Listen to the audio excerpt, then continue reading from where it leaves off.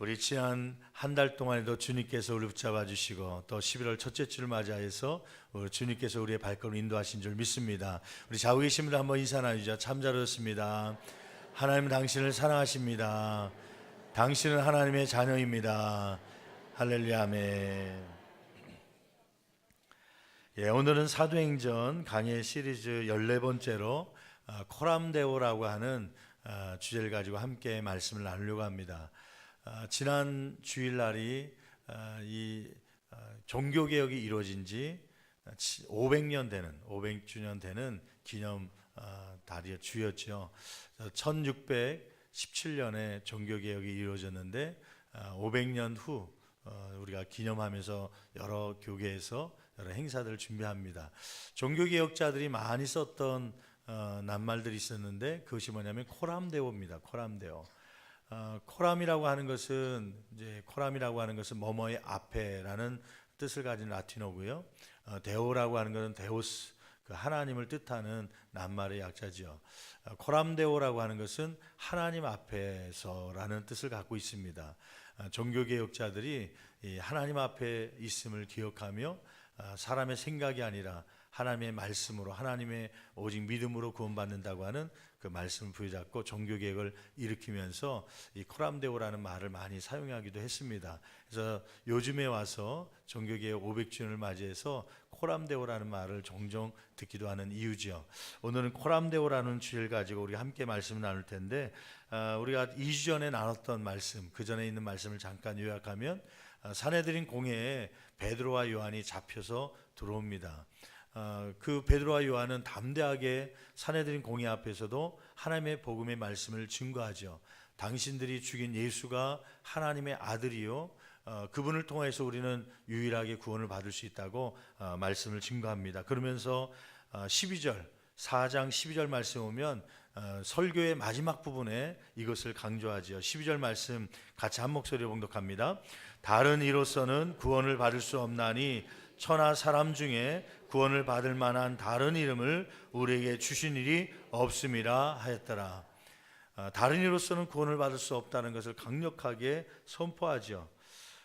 이 설교 말씀을 들은 산헤드린 공회에 있었던 71명의 의원들이 기이 여겼다고 기록하고 있습니다. 이상히 여겼다, 다른 말로 하면 놀랬다라고 하는 얘기죠. 당황하고 놀랬다. 두 가지 이유 때문에 그렇습니다. 첫째는 13절 말씀 보니까 그 사도들의 담대한 태도 때문에 그렇습니다. 이 베드로는 예전에 불과 며칠 전에 산헤드린 공회에 서서 너도 갈릴리 사람 아니냐, 너도 예수님을 따라다니는 사람 아니냐, 그러한 질문 속에요, 나는 아닙니다 부인하면서 심지어는 예수님을 저주했던, 사람 앞에, 공회 앞에 두려움 가운데 저주하고 부인했던 사람인데, 그런데 이제는 똑같은 장소에 있음에도 불구하고 두려움이 아니라 담대히 복음을 전하거든요. 한번 13절 말씀 읽어볼까요? 13절 같이 한 목소리로 봉독합니다. 그들이 베드로와 요한이 담대하게 말함을 보고 그들을 본래 학문 없는 범인으로 알았다가 이상히 여기며 또 전에 예수와 함께 있던 줄도 알고, 예전에 예수와 함께 있었던 그 베드로와 요한인데 그때는 막 부인하고 저주했던 사람인데, 또 그들이 갈릴리 출신으로 학문 없는 범인이다, 그 말은 랍비로서의 정식 코스의 과정을 거치지 않았음에도 불구하고 하나님의 말씀을 논리적으로 잘 전하는 모습 보면서 그러한 당황하고 놀라게 된 이유가 된 것이죠. 이러한 베드로와 요한을 향해서 산헤드린 공회에서는 이 명령을 하죠. 어떤 명령이냐면 공회가 베드로와 요한에게 요구한 사항이 있었고 또 그들의 답변이 있었죠. 어떤 것입니까?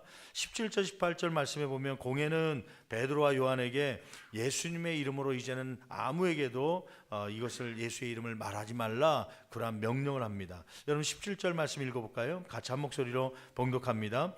이것이 민간에 더 퍼지지 못하게 그들을 이것을 민간에 퍼지지 못하게 그들을 위협했다는 거예요. 이거는 무엇을 얘기하냐면 예수님의 이름입니다. 예수님께서 죽으셨다가 3일 만에 부활했다는 이 사실을 전하지 못하게 하는 것이죠. 왜냐하면 지금 산헤드린 공회에서 예수님을 죽이로 결정까지 했고, 예수님은 이단자라고 규정하고 예수님은 하나님의 아들도 아니며 구원자도 아니라는 것을 강력하게 얘기하고 죽였는데, 그런데 지금 예수님이 죽음 가운데서 다시 살아나셨다, 하나님의 아들이고 안진뱅이도 그 이름을 통하여서 일으키게 세웠다, 그것이 퍼지게 되면 이 사내린 공회에 있는 사람들의 명예가 실추될 뿐만 아니라 위치가 흔들리게 되니까, 그래서 그것을 말하지 못하도록, 퍼치지 못하도록 위협하여 말하죠. 그 다음 계속 읽어볼까요? 17절 중반절 위협하여, 그 다음에요, 이후에는 이 이름으로 아무에게도 말하지 말게 하자 하고, 18절 그들을 불러 경고하여 도무지 예수의 이름으로 말하지도 말고 가르치지도 말라 하니, 예수의 이름을 말하지 말고 가르치지 말라, 한마디로 하면 전도하지 말라고 하는 것이죠. 그러한 명령을 내립니다. 그랬더니 베드로와 요한이 어떻게 반응합니까? 20절 말씀 보면 베드로와 요한은 우리가 보고 들은 것을 말하지 아니할 수 없다 하면서 계속해서 말할 것을 이야기하죠. 20절 말씀 같이 한 목소리로 봉독합니다. 우리는 보고 들은 것을 말하지 아니할 수 없다 하니, 예수님이 십자가에 못 박혀 돌아가시고 3일 만에 부활하신 그 부활의 몸을 우리가 보고 또 우리가 들은 것인데 어떻게 이것을 전하지 못하게 안전할 수 있겠냐? 전할 수밖에 없다, 그렇게 이야기하는 것이죠. 요즘에 한국 교회 요즘 시대의 문제점이 무엇입니까?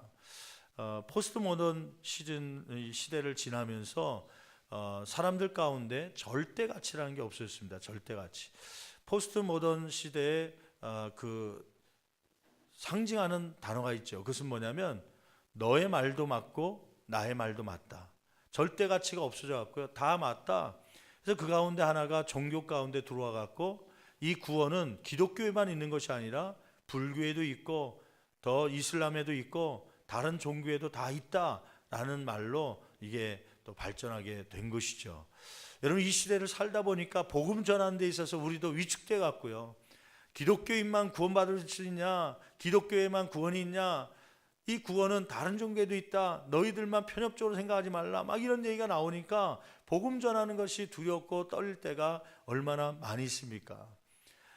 어떤 여집사님이 계셨었는데, 그 여집사님이 하루는 목사님이 말씀하는데 복음을 증거해야 된다, 전도해야 된다, 이 사명에 대해서 가슴에 감동을 받게 되었습니다. 그러면서 기도하는 중에 성령님의 음성을 들었죠. 너 다른 사람 복음 전하기 전에 네 남편부터 전도해야 되지 않겠냐? 남편이 교회를 안 나오는 그런 넌크리스찬이었거든요. 그래서 그가 새벽마다 나와서 기도하는 가운데 눈물로 기도하다가 어느 날은 용기 내어서 남편에게 복음을 증거하기로 결정을 한 겁니다.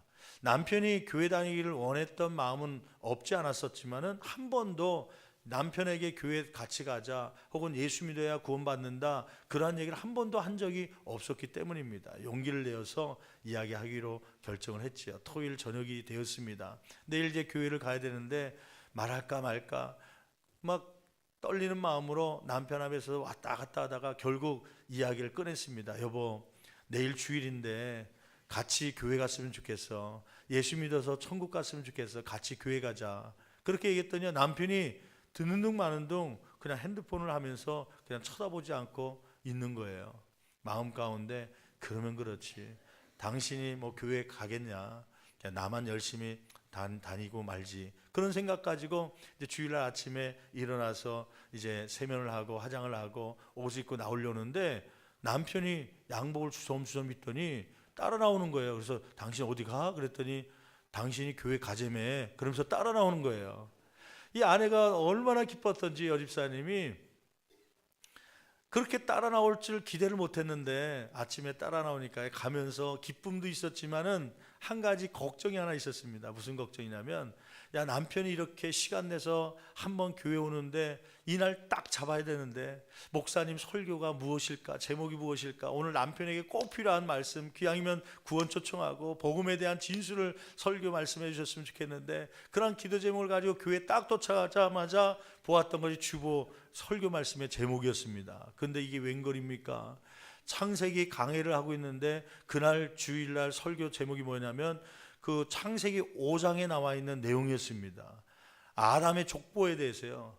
그 내용은 대충 이런 것이었죠. 아담은 930세를 살고 죽었다. 셋은 912세를 살다 죽었다. 에노스도 905세를 살다 죽었다. 족보에 대해서만 잔뜩 써져 있는 그 말씀이 본문 말씀이 되어 갔고요. 성경 말씀을 읽는데 설교를 듣는데요, 전혀 귀에 안 들어오는 겁니다. 왜냐면 오늘 처음 이렇게 남편이 나왔는데 남편이 은혜 받을 수 있도록 좀 감동적인 설교를 해줬으면 좋겠는데 맨 살다 죽다 하는 얘기만 하니까요, 그래서 마음이 안타까워 갖고요, 그날 예배가 드려진지 마는지 그냥 그렇게 지나갔고 예배가 마쳐질 때쯤 돼 갖고요, 남편이 아내의 옆구리를 쿡쿡 찔르더래요. 그래서 왜 그랬더니 나 오늘 등록해야 되는 거 아니야? 그러더래요. 그래서 아니 등록하란 말도 안 했는데 왜 그러냐 그랬더니 등록할 거라고, 나 교회 다닐 거라면서 적어내라고 그러대요. 그래서 아이고 이게 웬일이냐 하고서 그걸 적어서 이제 냈죠. 기쁘기도 하지만 궁금한 게 있는 거예요. 도대체 오늘 설교 가운데 자기는 은혜를 하나도 못 받았는데 이 남편이 도대체 뭐 때문에 은혜를 받아갖고 교회를 나오기로 작정을 했는가.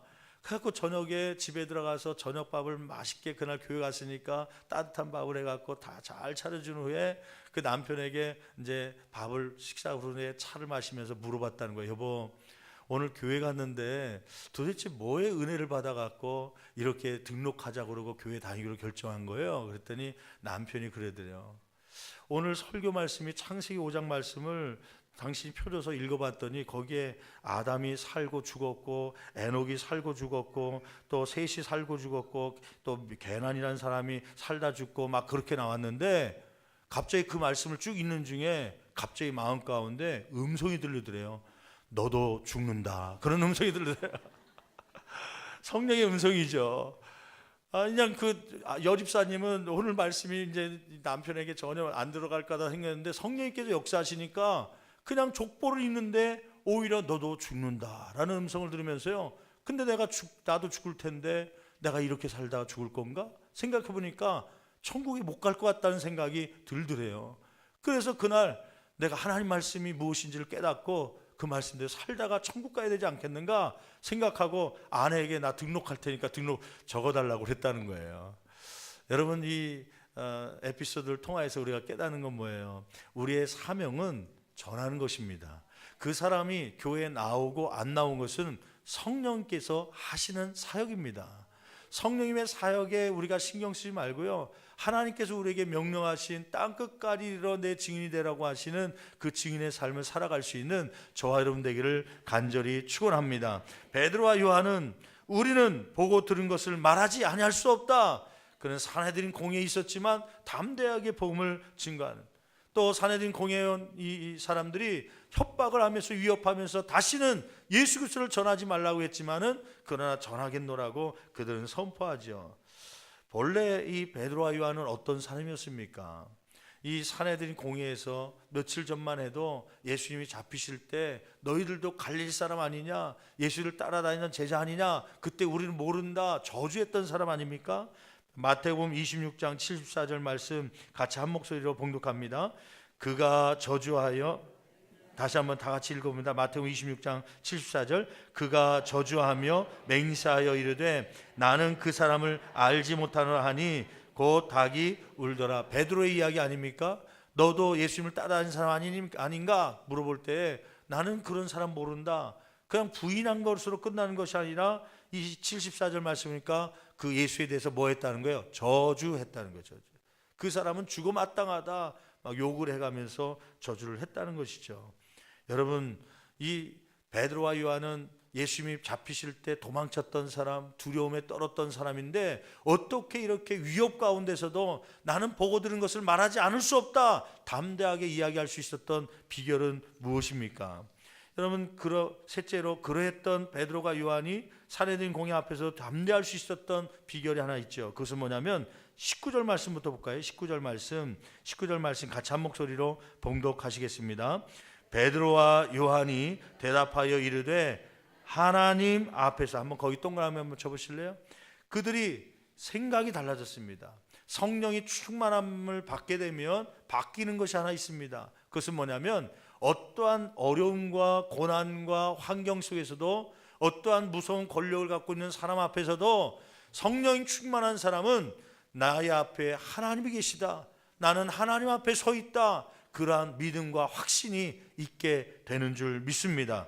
베드로와 요한이 성령의 충만을 받자 대답하여 이르되 하나님 앞에서 너희의, 계속 읽어볼까요? 너희의 말을 듣는 것이 하나님의 말씀을 듣는 것보다 옳은가 판단하라. 오히려 담대하게 공회한 사람들에게 질문하는 것이죠.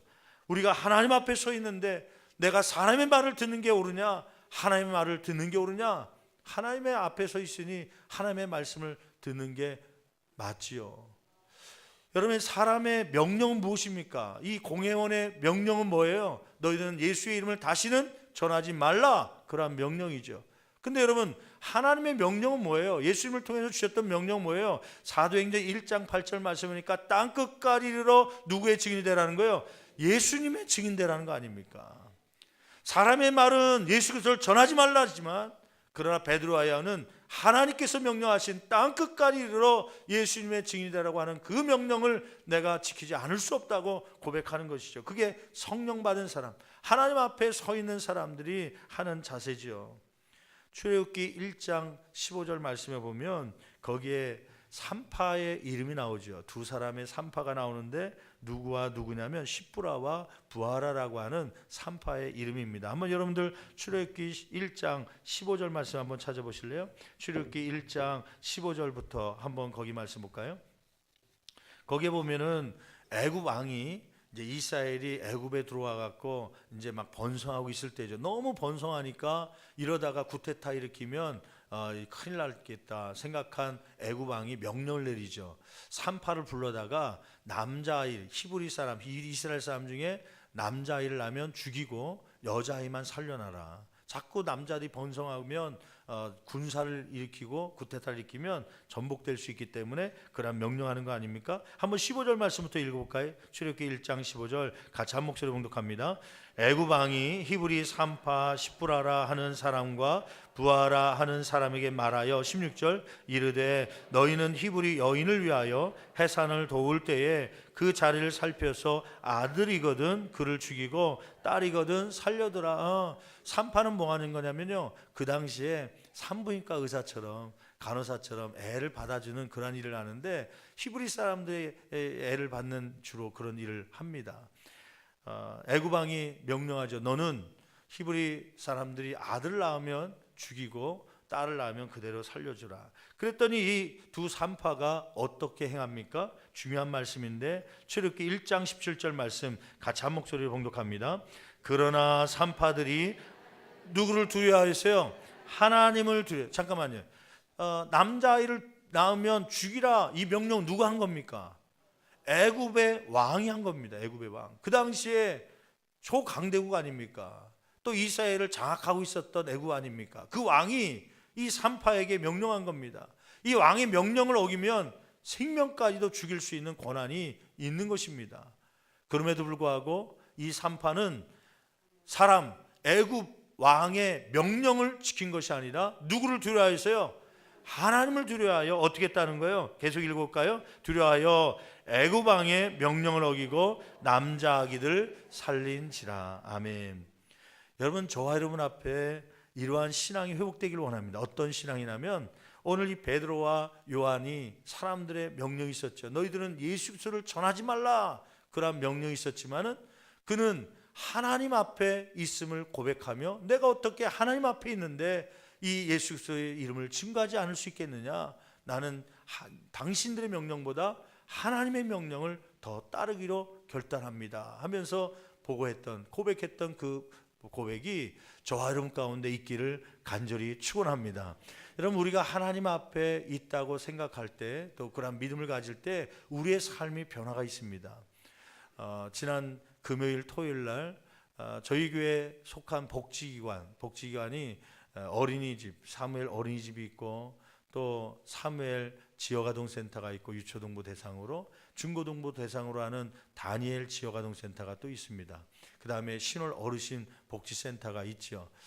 거기에 이제 풀타임으로 일하고 있는 직원들을 모아서 이렇게 보니까 한 30여 명 되더라고요. 30여 명. 직원들만 30여 명이라.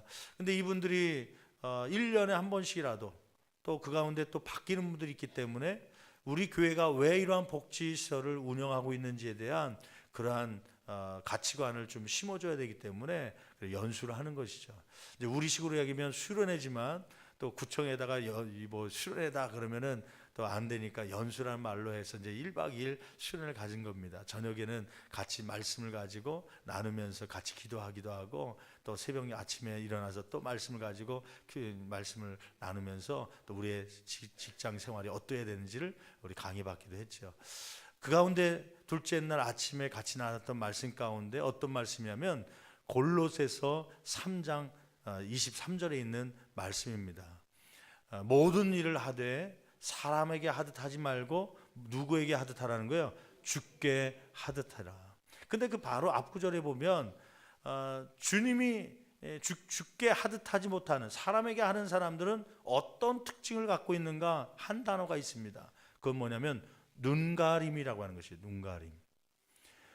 내가 하나님 앞에 서 있다라고 하는 것을 잊어버리면요, 우리는 사람이 보는 데에서만 눈가림하며 일하는 모습을 보이죠. 사장이 볼 때만, 또 위에 있는 직장 상사가 볼 때만 열심히 일하는 척하고 그들이 떠나고 없으면 그냥 놀고 쉬고 있는 그러한 눈가림의 삶을 살지 말고, 너희들은 모든 일 하되 사람에게 하듯 하지 말고 누구에게 하듯 하라? 주께 하듯 하라. 다른 말로 얘기하면 하나님이 보고 계심을 기억하고 하나님 앞에서 그 일을 하고 있음을 기억하고 너희들은 그 일을 진행하라고 하는 것이죠. 여러분, 교회 안에서만 하나님 앞에 있는 것이 아니라 직장 속에서도 하나님 앞에 있는 저와 여러분의 삶일 줄 믿습니다. 이러한 신앙생활을 가진다면 직장 생활에서의 삶의 태도가 바뀌게 되는 것이죠. 현대교회에서 가장 큰 문제는 무엇입니까? 하나님의 음성을 듣기보다 사람의 음성을 더 크게 들으려고 하는 그러한 것이 문제 아닙니까? 왜 그렇습니까? 하나님이 내 앞에 계시다는 걸 잊어버리고 자꾸 사람들 앞에 있음을 기억하면서 사람들을 두려워하기 때문입니다. 때로는 하나님의 뜻에 맞는 사역인 줄 알면서도요, 사람들이 다른 이야기를 하면 그 일에 대해서 비난하거나 그 일에 대해서 평가하거나 그 일에 대해서 부정적으로 얘기하면은 나도 모르게 자꾸 부정적인 생각이 들어서 포기하고 좌절하게 되는, 하나님의 음성보다도 사람의 음성을 더 듣게 되는 그러한 것이 우리 가운데 얼마나 많이 있습니까?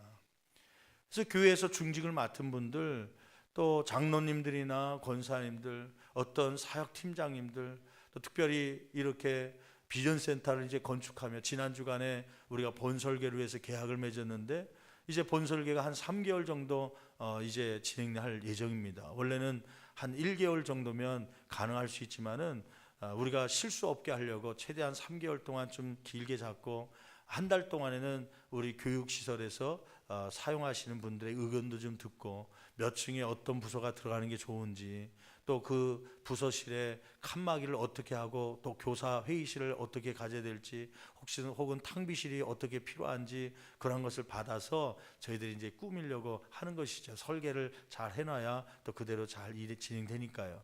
그래서 설계가 한 달 정도면 되는 것이지만 한 달 정도는 좀 조사를 충분히 하고 그다음에 2달 정도 좀 길게 잡아서 좀 실수 없게 이러한 설계를 할 수 있도록 저희가 배를 하고 진행됩니다. 그렇게 되면 아마 2월 달 정도 되면은 설계가 본설계가 나오면 이제 시공업자가 이제 선정되기도 하겠죠. 그러면 한 3월 달쯤에 첫 사업을 뜰 수 있는 그러한 시기가 될 거라 생각됩니다.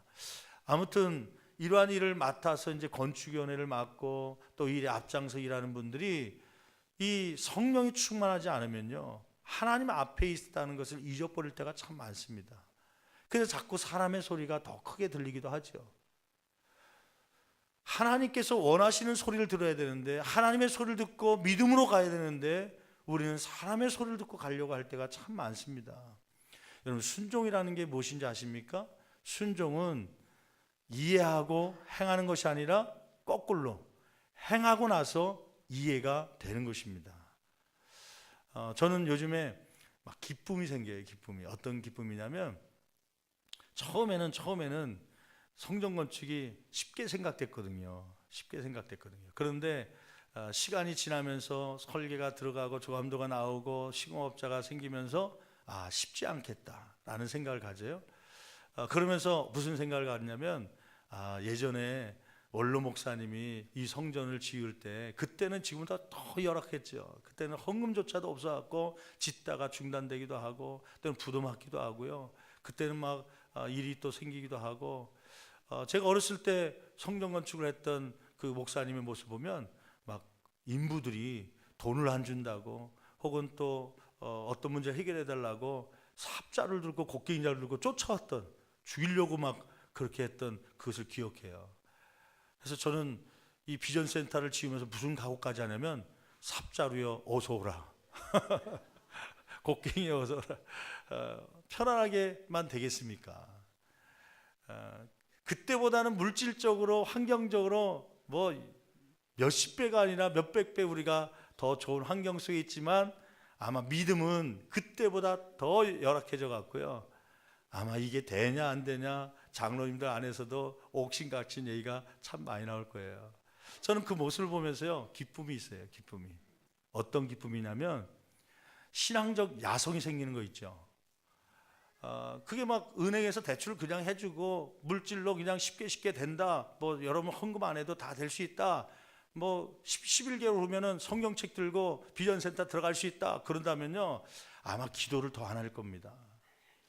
아마 해놓고 나서도 아무개가 잘해서 시공업자를 잘 만나서 설계를 잘 만나서 됐을 것이다, 은행에서 대출을 잘해서 됐을 것이다, 아마 그런 생각으로 우리의 생각이 바뀔 거예요.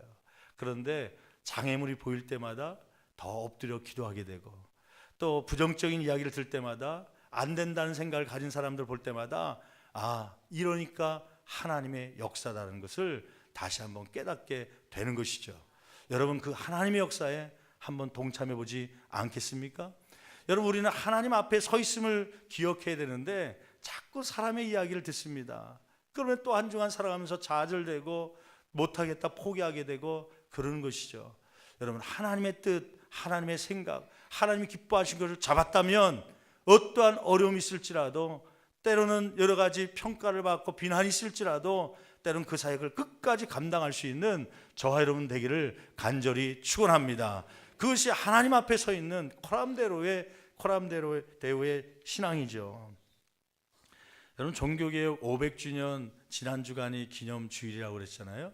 그래서 이 한국교계 종교개혁에 대한 이야기를 많이 듣고 있는데, 마틴 루터가 종교개혁을 일으킨 배경이 있었습니다.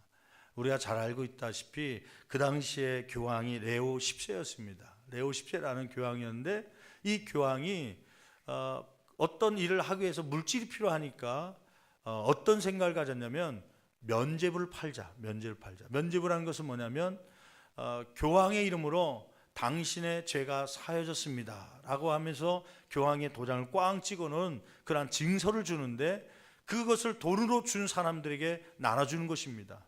돈을 10만 원, 100만 원 드리면은 거기에 따라서 면죄부를 갖다 주면서 당신의 죄가 사해졌습니다. 그런데 마틴 루터가 그것을 보니까 이것은 비성경적이에요.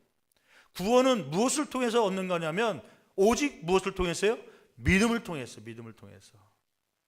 그런데 이 돈으로 면죄부를 사고 돈으로 구원받고 천국 간다고 그러니 이거 잘못된 거 아닙니까? 그래서 마틴 루터가 교회 앞에 대문에다가 95개, 95개의 항목에 잘못된 그러한 것을 써서 붙인 것이죠. 이것이 누가 썼는가 막 찾다 보니까 마틴 루터가 쓰게 된 것을 알게 되었고, 또 그래서 그 당시에 종교 지도자들이 마틴 루터를 죽이기 위해서 재판에 붙이기도 하고 법정에 쓰게 되기도 했지요. 그때 마틴 루터가 보름스 의회라고 그러는데, 보름스 의회, 오늘 사내들인 공회처럼 이렇게 서게 되었습니다. 거기서는 이 마틴 루터의 생사를 판가름하는 재판이 열리는 그러한 의회였습니다. 이렇게 종교계 반항을 하며 또 대드니까 그냥 놔둘 수가 없는 것이죠. 생사권을 가지고 있는 곳에, 거기서 현장에 있어서, 그 현장은 슈투트가르트라고 하는 그러한 장소인데, 그곳에서 그는 재판을 받습니다. 말 한마디 잘못하면 죽을 수도 있고 말 한마디에 살 수도 있는, 이 재판장에 쓴 사람들은 당신이 지금 주장하고 있는 것을 다 철회하라고 하는, 내가 잘못 생각했다는 것을 고백만 하면 살 수 있다라고 하는 그러한 유혹과 또 때로는 위협으로 이 마틴 루터를 회유하는 것이죠. 그때 그 법정에 서서 의회에 서서 그가 했던 말이 있었습니다. 영어로 표현하면 이런 표현인데 Oh God, here I stand. 하나님, 내가 당신 앞에 서 있습니다. 하나님, 내가 당신 앞에 서 있습니다. 그는 많은 사람들의 재판장이 있고 또 이 마틴 루터를 고소하고 죽이려고 하는 사람들 그 앞에 쓴 것이 아니라 나는 하나님 앞에 섰습니다. 비록 내 눈앞에는 이 사람들이 보이지만은 보이지 않는 하나님 앞에 내가 서 있음을 기억하고 하나님을 의지함으로 이 순간을 잘 이겨나갈 수 있도록 인도하여 주시옵소서. 그것이 마틴 루터가 읊조리면서 계속해서 했던 말입니다. 그래서 관광, 종교개혁, 요즘에 관광을 이 유럽으로 많이 가는데 거기에 슈투르가르트라고 하는 곳에 가면 표지판이 있습니다. 그 표지판에 뭐라고 써 있냐면 Oh God, here I stand. 내가 하나님 앞에 서 있습니다. 하나님 앞에 서 있습니다. 여러분, 이번 한 주간 지나면서 우리 가운데 또 어떠한 위험과 고난이 올지 모릅니다. 그러나 오늘 말씀에 있는 것처럼 베드로와 요한이 담대할 수 있었던 것은 그들은 나는 하나님 앞에 서 있다라고 하는 그 신앙, 신전 의식을 가졌기 때문이죠. 코람데오, 내가 하나님 앞에 있다. 하나님은 내 억울함을 보고 계시고 내 슬픔을 알고 계신다. 그러한 것을 믿고 있는 사람은 어떠한 슬픔이나 억울함 앞에서도 분노보다는 오히려 위로가 될 줄 믿습니다. 때로는 어떤 선한 일을 해놓고서 교만해지려고 할 때 그때 이 코람데오의 신앙을 갖기 원합니다. 하나님, 내가 주님 앞에 서 있습니다. 하나님 앞에 서 있는데 내가 어떻게 교만하고 자랑할 수 있겠습니까? 하나님 앞에 겸손해질 수 있는 것이죠. 하나님, 내가 이러한 일을 하는데 사람들은 알아주지 못할지라도 하나님은 내 앞에 계셔서 내 조그만 손동작 하나까지도 보고 계신 줄 믿습니다. 사람들이 보이지 않는 벽 사이에 주방에서 때로는 화장실에서 휴지 하나 줍는 것까지도 하나님이 보고 계시다면 하나님께서 언젠가 그것을 칭찬하며 상급 주실 날이 올 줄 믿습니다. 이 신앙 가지고 여러분 봉사하고 이 믿음 가지고 날마다 승리할 수 있는 저와 여러분 되기를 간절히 축원합니다. 오늘 두 가지, 이 베드로와 요한이 너희들은 다시는 예수의 이름을 전하지 말라 했지만은 우리가 보고 들은 것을 전하지 않을 수 없다 그러면서 담대히 전했던 것처럼 그 신앙이 있게 해달라고. 또 이렇게 담대하게 얘기할 수 있었던 비결은 사람 앞에, 과거에는 사내들인 사람 앞에 두려움 때문에 그 사람들이 나를 죽일까봐 그 사람 앞에서 얘기하다 보니까 예수를 저주하고 부인했던 그런 베드로와 요한이지만 성령이 충만해지자 사람의 앞에 있는 것이 아니라 내가 하나님 앞에 있음을 기억하고 담대함을 가진 것처럼 이 담대함이 이 한 주간에 나에게 있기를 원합니다. 그러한 기도가 이 한 주간에 넘침으로 응답받는 저와 여러분 되기를 간절히 축원합니다. 기도하시겠습니다. 이 시간에 우리 한 목소리로 기도할 때 오늘 말씀을 기억하면서 하나님, 내가 하나님 앞에 서 있습니다. 여러분, 억울한 일이 있었습니까?